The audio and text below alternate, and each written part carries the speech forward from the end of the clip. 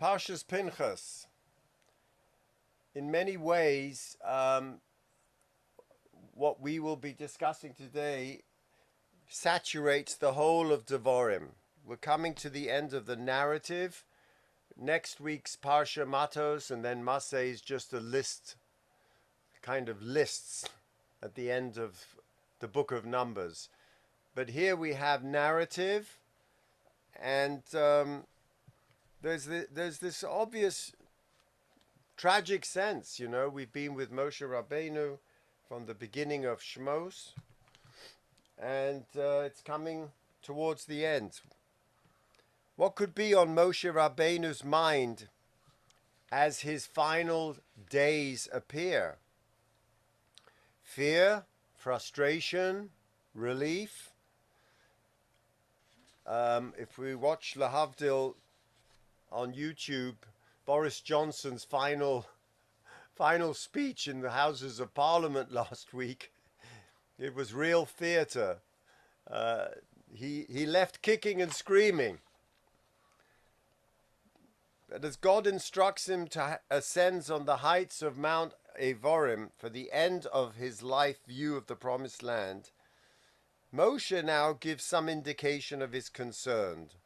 So let's dive into my three-dimensional text and look at our pericope for today.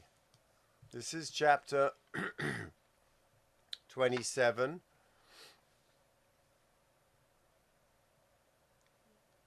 What I did is color-code it in the sense not of repetitive words, but dialogue.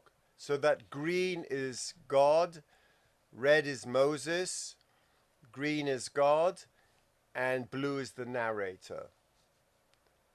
So it's a very symmetrical passage, although the Bible scholars say it's full of inconsistencies. But we won't go there. And you can see he makes a request of God. So God says to him, go to the top of Mount Avarim and see the land, and you shall see it and die because of what you did to me with the people, with the episode of the water. That's why you have to die.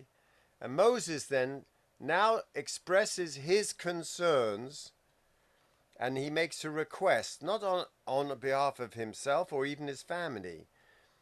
What concerns Moshe at this moment in time is the people of Israel. Asher yetze lifneihem. Yifkod, let God appoint. Ish, a man. Al ha'edah, my successor, a leader.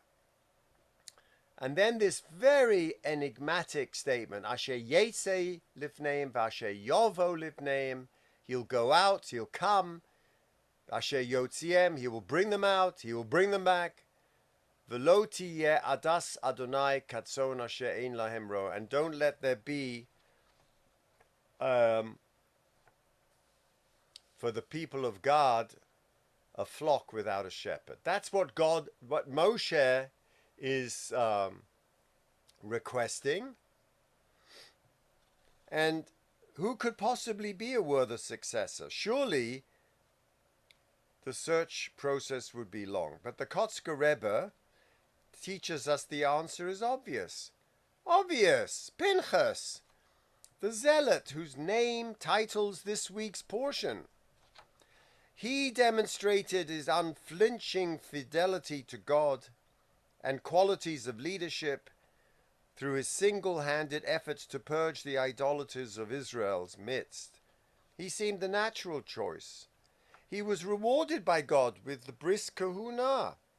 Shalom, Brit Shalom. What other choice could there be? Remember when the Reb Menachem Mendel of Rimenov was on his deathbed, they had groomed his son to be the successor.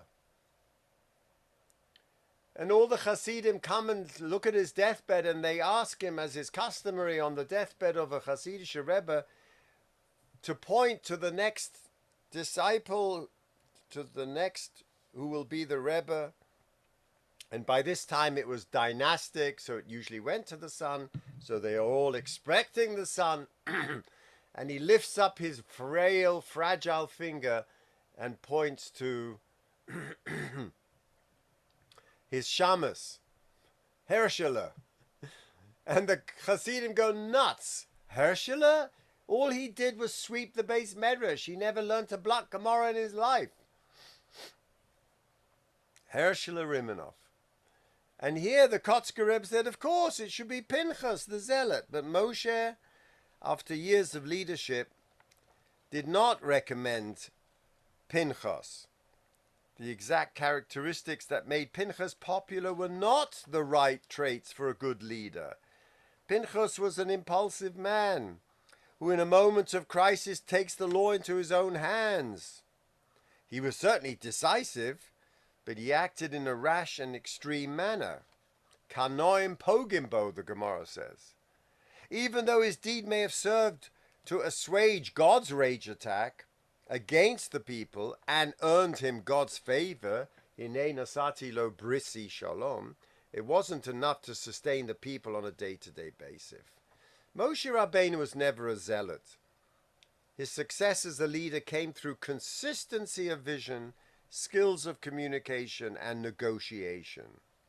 And so Moshe appeals to God continues, outlining those skills important as a leader in red.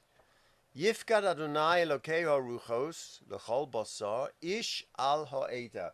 That notion, Elokeho Ruchos, actually is only mentioned one other time. Elokeho Ruchos L'chol Basar during the Korach rebellion, when God tells Moshe and Aaron to remove themselves from the congregation so that God can destroy them all in an instant, he begs God to reconsider, stating that the whole congregation should not suffer for one person's sin. And he uses this reference to God, Elokei Horuchos L'chol Basar. The extended language and drama of this reference to God is used to imply that Moshe is in distress and in a panic, just by the comparison with that time.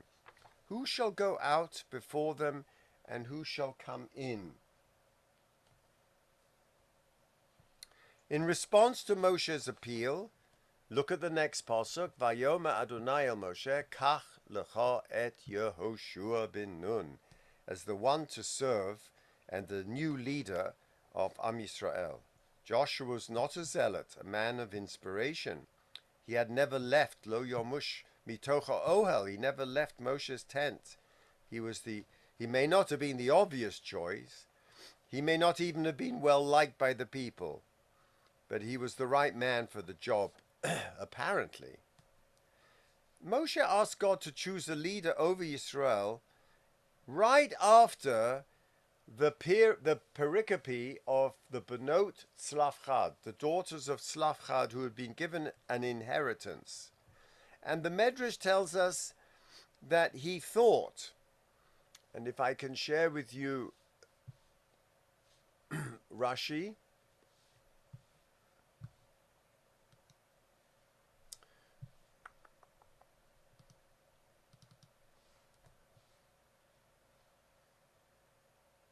and Rashi says, once Moshe heard, She'amar lo amakom, tein nachalot tzlofchad libno, give Tzlofchad's son to his daughters in inheritance.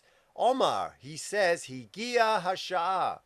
Now is the time for me to ask God to give my leadership to my children, so that they may lead Am Yisrael as I have led them. This moment in time was such a dramatic moment that now she'et batzrochai, I should lay claim. I will lay claim to my needs. I should think of my family.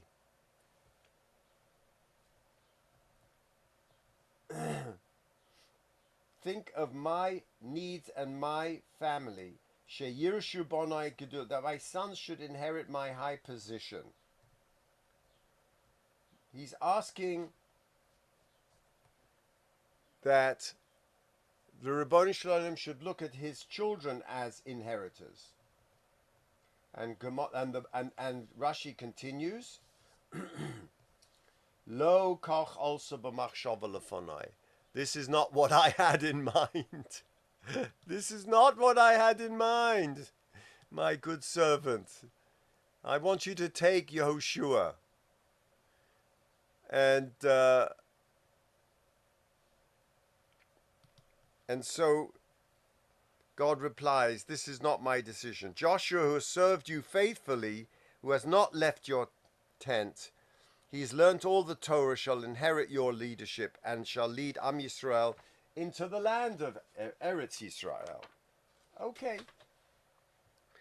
Now, let's go back to that idea again of, if I can just show you that pasuk again, because it's really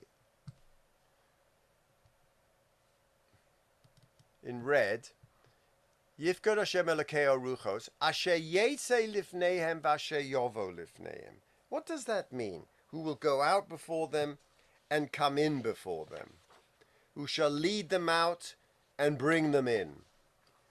This description, Yetze Yovo, is used in David HaMelech when he began to become famous and popular among the people as a successful military commander. And I quote from 1 Samuel 18, V'chol Yisrael v'Yehuda ohev es David. Israel and Judah loved King David, ki hu yotze uba lifnehem, because he goes out and he comes in before him. The phrase lotseis v'lovo, to come in and go out, has military connotations, referring to a leader that leads his people in battle. This works well as a description of Joshua's and David's careers as described in the Bible. Joshua is a man of battle. He conquers the nations of Canaan for Am Yisrael. So his depiction, Moshe Rabbeinu's depiction of a leader, is clear, especially in the context that's coming up right after this pericope, which is Tzror et ha-Midyanim, go out and conquer the Midianites. The conquest of Transjordan just occurred in chapter 20, and the Israelites are poised to enter a land filled with militant inhabitants. They will need someone to lead them in battle. Now, it's really interesting that the question in the next chapter is, now that he's appointed Joshua, what happens in the next patch? Don't you think you need to prove your military prowess in the war against Amalek? It's inexplicable that Joshua's name is not mentioned in the very next chapter. Why wasn't Joshua appointed to lead the fight, whether as the new leader of Israel or as the general of the army, as he was in the battle with Amalek? Now, the simple interpretation could be that the account involved the Midianites and the Midianite wars in the next chapter derives from a narrative strand that's unaware of Joshua and the Amalekite war, or it's interested in the character of Pinchas and Elazar, which saturates our document in the Parsha. And the traditional commentators have suggested a problem with the text, that it doesn't suggest the presence of Joshua in the battle. And the first idea favored by our medievalists to explain why Joshua wasn't chosen is the Ramban, who writes, it was decreed that Moshe Rabbeinu would not cross the Jordan. However, he took charge of every mitzvah upon Israel in the Transjordan. He conquered the 2 Amorite kings and divided their land as an inheritance. And it was fitting that he should take revenge among the enemies of God. Joshua, however, was only in charge of the mitzvahs in the land of Israel. So according to the Ramban, Joshua was specifically overlooked here with intent, since the mitzvahs on the east side of the Jordan were Moshe's prerogative. But I have to tell you that we have a very early witness of the Samaritan Pentateuch.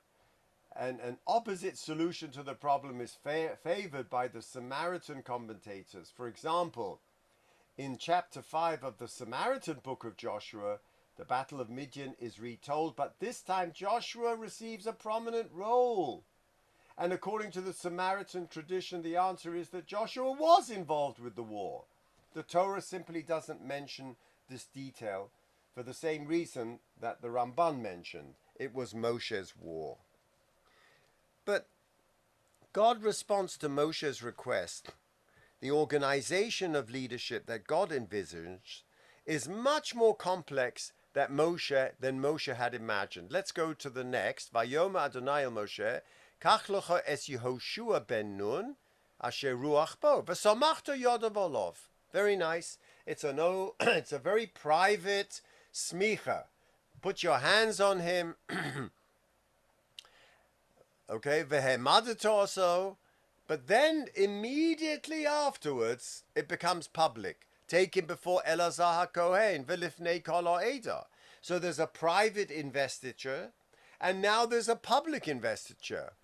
And the scholars say that those two don't go with each other. What's going on? You just said it was private. Next, v'nosato mehodecha olov. You shall put from your hode. What is the hode? So Rashi tells us, and the Mefarshim, that you shall put from your glory the hode that came when you came down the mountain. And the people Moshe didn't know ki koran or panav, that his face was shining, that he had this hode. And that hode, Rashi says, Zeh Kerun Orpan, and these are the radiances of his face. He was to transmit to Joshua Mei Hodecha, not Hodecha, all of it, but some of it. Some of the quality of the radiance of the skin of his face. The rays which emanated from Moshe's face are called Karnei Hod, the rays of splendor. And we've talked about those two horns that the Septuagint translated literally, and which Michelangelo sculpts literally as two horns. You put from your hode, Laman Yishmu Koladas B'nai Israel. Okay, fine. And now comes something very strange. If you think that Joshua is going to be an independent leader, not so fast. He will be not a leader in the full sense. Why? V'lifnei Elazar HaKohen ya'amod. He will serve at the pleasure of the high priest. And if he wants to do anything, sha'al lo b'mishpat ha'urim lifnei Adonai. Now this immediately first sounds just like a ritual requirement, something akin to the modern day benediction of a presidential inauguration. But the continuation of the passage refutes this reasoning. Because in verse 21, God uses the same expression as Moshe, to come in and go out. Sha'al lo b'mishpat ha'urim lifnei Hashem. And now comes the statement, al piv, according to him, meaning, al piv, who's al piv? Rashi says, shel Elazar. We might have thought that by his word means by the words of Joshua. This passage speaks of Joshua's authority. Or we might have thought that it refers to the word of God expressed through the Urim and Tumim. Rashi explains, no, by his word, it's the words of Elazar. The verse intends to assure Moshe that his nephew Elazar would be in a position of prominence, and it would be al-piv, through Moshe's nephew, Yetzu Valpiv Yovo, go back to the red, Yetzu V'Yovo, into the military. It will be through him that they will come and go. The people following Joshua in and out, the people will go in and out in before Elazar the priest, and so will Joshua. And Elazar, in turn, will only issue the command after making use of the Urim oracle, meaning that God will be directly in charge of all decisions from now on. Vayas Moshe Kasher Tziva Adonai Oso. And now the redactor and the narrator says, Vayikach es Yoshua, Vayamdu lifnei Elazar HaKohen. We don't know if he had a private ceremony, as in verse 18. V'lifnei kol ha'ida, vayismach Eyav, vayetzaveu kasher diber Adonai b'yad Moshe. Okay. Let's go to the Midrash, because not all is fair and not all is happy in the kingdom of Denmark. Let's look at the ambivalence of the Midrash. And what is the Midrash trying to accomplish by telling us this? Asher yavo vayasher yeviem. The Midrash brings us a mashal that explodes the perfect succession of the throne of leadership. Moshe is saying, I want someone who's going to take them in and out, and we've already been told by Rashi and by the commentators that this has a military connotation because of what is used elsewhere in Shoftim. But now look at the Bala Medrash, who inserts this mashal, this fictional narrative. You know, the king was he was walking around, and he sees this orphaned girl, Isha Yetoma, not just any Isha, an orphaned girl. Bikesh litolo solo Isha, and now he wants to take him into his harem. Shalach hamelech v'tavabo, and so he sends messengers to entice her, to sweeten the deal. Omra lo. Now listen to what she says to him. Eini kedaili no. I am a yesoma. I have no social standing. I am a nobody. I have no class. I'm not of royalty. I don't belong in the palace. Tava sheva pamim. He's got the hots for her, and he seduces her 7 times. V'lo hayasam vakeshes. And she really was not willing. She wasn't willing to succumb to his seductive invitations. B'harbe bekoshes notaloso. Okay, but in the end, he's the king, and she's a nobody, and she goes into the harem. Lachazman ka'asam leha melech. Well, as is wont for a tyrant, sooner or later, Henry VIII gets tired of her and gets angry with her. Bikesh legarsha. And now he wants to get rid of her, to divorce her. And listen to what she says. Because obviously the king is God. And who is the Yesoma? Who is this Isha Yesoma? We've been talking for the last 5 weeks about Moshe Rabbeinu's anxiety and his pedigree and his wound of double ambivalence of his being brought up in 2 separate homes. Omralo, she says to him, Anilo bikashti lino. I never wanted to do this. I told you I never wanted this job, Moshe Rabbeinu said. I never asked for this job. You're the one that came after me 7 times. Ata bikashta mimeni. Hoel v'kach gazarta l'gosheni. Now you want to get rid of me and marry Anne of Bolin? Al taseh lo zeh kashem. For heaven's sake, don't do to her what you did to me. What an unbelievable medrash on the word v'asher yeviem. Asher yeviem goes on who? Someone who will come in and go out? No. Someone you brought in and you will kick out. You brought me in. You, by the burning bush, 7 times tried to convince me to be the people's shepherd. And now you're getting rid of me.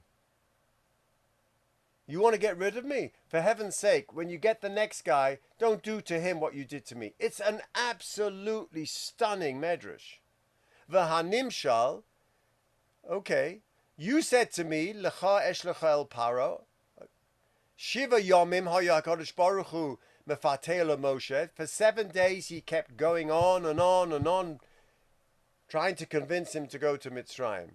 Gal mitmol, gal shom, gal me'oz, but you've told to me 3, 6, me'oz 7.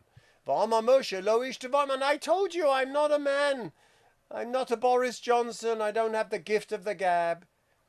La'achazman piso v'holach b'shlichos. B'shenasu kol ha'nisim hitchel HaKadosh Baruch Hu lo tovi zakol. And after he's done everything, at the end of his career, he says, Lo tovi HaKadosh, you're not going to go into the promised land. And so Moshe says, Ribono Shel Olam, Ani lo bikashi. I wasn't the one you got. I wasn't the one you had the hots for. Now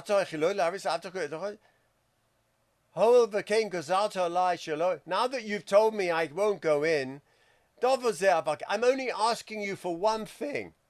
I'm asking you for one thing. Elokeo Ruchos. You're the great one. You're going to choose my successor? Really? One thing, please. Oso shenichnas acharai, the one who's coming after me, al taseh loka, don't do to him what you did to me. As it says, Hasher yetze lifneim Hasher yolovehim, yizke lahavim le'eretz Yisrael. Please, may he merit that you don't have a rage attack with him, and tell him as well, well, you're going to fight the Midianites, you're going to do this. There's just one thing I want to tell you. You're not going into the land.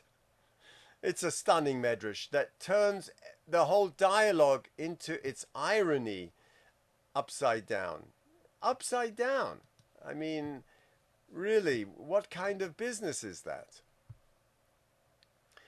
You can see here Elazar right there. Moshe is blessing him, according to this 19th century woodcut. He's blessing Joshua. And he's doing it in front of Elazar and the Eidah. What's interesting is, by the way, what happened to Herschel the Rimanov? I have to tell you what happened. So the next day, the man who was groomed to be the next Rebbe, the son of Reb Menachem Mendel of Rimanov, they buried Reb Mendel. And now the Hasidim come to Herschel in the library, in the Beis Medrash, and they come to cheper him, and they come to make fun of him, because they just can't believe that the Shamas, who's an Oisvav, who's the Ama Oretz, and they say to him, Herschel, you think you can take over the mantle of leadership? I mean, do you understand what it means to fill the place of Menachem Mendel of Rimanov, one of the 4 great disciples of the Noam Elimelech, who spread Hasidus to ganz Poland? They said to him, you haven't even opened the Black Gemara. So Herschel says, you know, you're absolutely right. People would come to the Rebbe and sit in the Beis Medrash, and my job was to sweep the basement, and I'd be sweeping and sweeping, and they're telling him their sorrows, and I can hear the pain of the people coming to the Rebbe, and I'm sweeping. So he said, you're absolutely right. So they said, well, tell us, why do you think you could possibly fill his place? He said, you know, I'm just a sweeper. I'm just sweeping the Beis Medrash.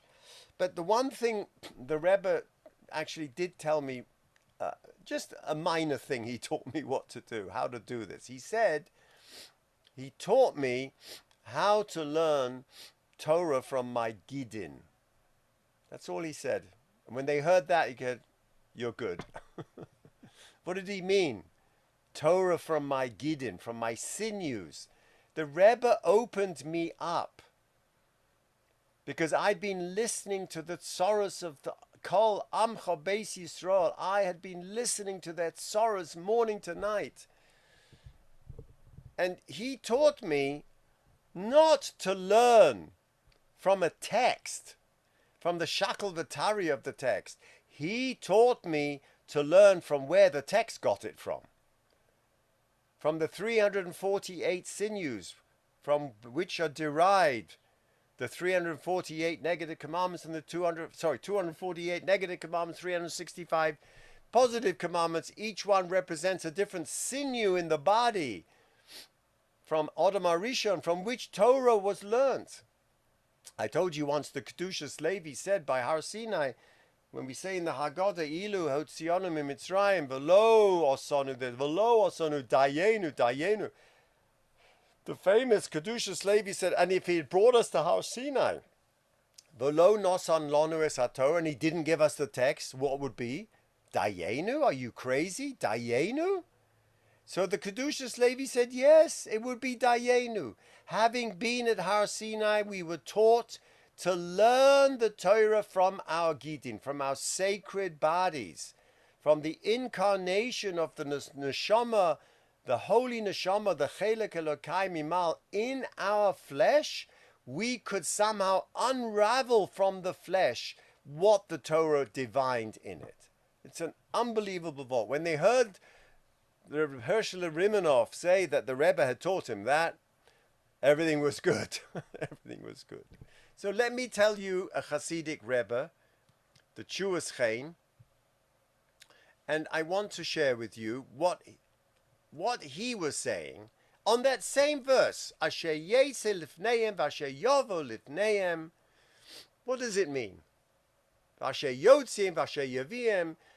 Now we use those words not in the military sense that we had in the Pshat when comparing it to Shoftim, not in the midrashic sense with that very, very disturbing mashal of the king, which is obviously a protest mashal, that the Bala Medrash felt that Moshe Rabbeinu, who had done everything, should have been treated in such a shabby way. But now the Chuas Chaim, Reb Gedalia of Linitz, one of the Talmidim of the Baal Shem HaKodesh, gives us a different twist. He says as follows: Moshe Rabbeinu is asking the Ribono Shel Olam for the qualities of his successor to be what? Sheyifkod ish al ha'eda asher yamale mekomo. You got to find someone who was able to do what I did. Asher yetze lifnehem. What does that mean? Yetze v'yovo. Two qualities of a leader, a spiritual leader. Sheyitle ba'atzmo avon hador. Oh, my giddy aunt. Yetze lifnehem means whenever you are having a rage attack with them, I'm coming in front. Not as a military leader, but as a spiritual leader. I'm going to toile the avon of the generation on my shoulders. Reminds me of the Lubavitcher Rebbe. What else is there to say? Who else was toile ba'atzmo oven hador? Who understood the post-Holocaust generation and what it needed to survive. That the response to Hitler would be, you wanted to kill Am Yisrael. Now the time isn't to build up Telz and build up Slobodka. Yes, that's important too. Or to become more Haredi, like the Satmarov, and to hunker down with Cholov Yisrael and Glat Kosher. Yeah, that's important too. The response to Hitler is, you wanted to kill Am Yisrael from the face of the world? I'm going to put a Chabad house on the face of every town in the world. And when I went to the Ukraine, there were 13 Chabad houses distributing Israeli products to the population. Biggest Kiddush Hashem. Sheyitle ba'atzmo avon hador. I want the leader to take upon himself whatever the deficiencies of his generation were. That's Yesei Lifneim. The Chet va'avon nikra b'shem Yitzir, as the Maharal tells us in Nesivos Olam. And what is the other quality that I want? Va'asher yovo lifneim, dehainu she'ose tshuva b'chapa aleim u'machnis gam b'libam hiru tshuva. That to be a Rebbe means not when they sinned to say, I told you so. I told you the joke, right? I told you so. The Rebbe visits his Talmud in Gehenna, and he told him, I told you so. But when the Lubavitcher Rebbe visits his Chabadska in Gehenna, he says, oh, you're in Gehenna? No, make a Chabad house there. Make a Chabad house in Gehenna. It's unbelievable. If the Eibishter is everywhere, he's also in Gehenna. No, do your Mivtzoim. Make a Chabad house there. That's what he's saying. Asher yovo livneim, dahainu she'oset tshuva. How does he mechaper aleihem? It's machnis gam belibam hirhor tshuva. It is to arouse them, to understand the character and the nature of their character defects so that they can fix them. The hirhor tshuva. This is the quality that Moshe, in the eyes of the Baal Shem HaKadosh, wants to instill. He wants them. Moshe is asking the Eibishter, I want my successor to be a Hasidic Rebbe, like Reb Herschel of Rimanov, and like Lubavitcher Rebbe. Shemit orer al yado, through his agency, you will arouse B'lev Yisrael that they will go back into the Geder of Kedusha and the Tov. I think it's an absolutely stunning interpretation. And I want to tell you that the rabbi had mentioned something on Thursday night in his Chassam Sofer Shir, where the Chassam Sofer says, Yesh lahovim, we should understand. Same question.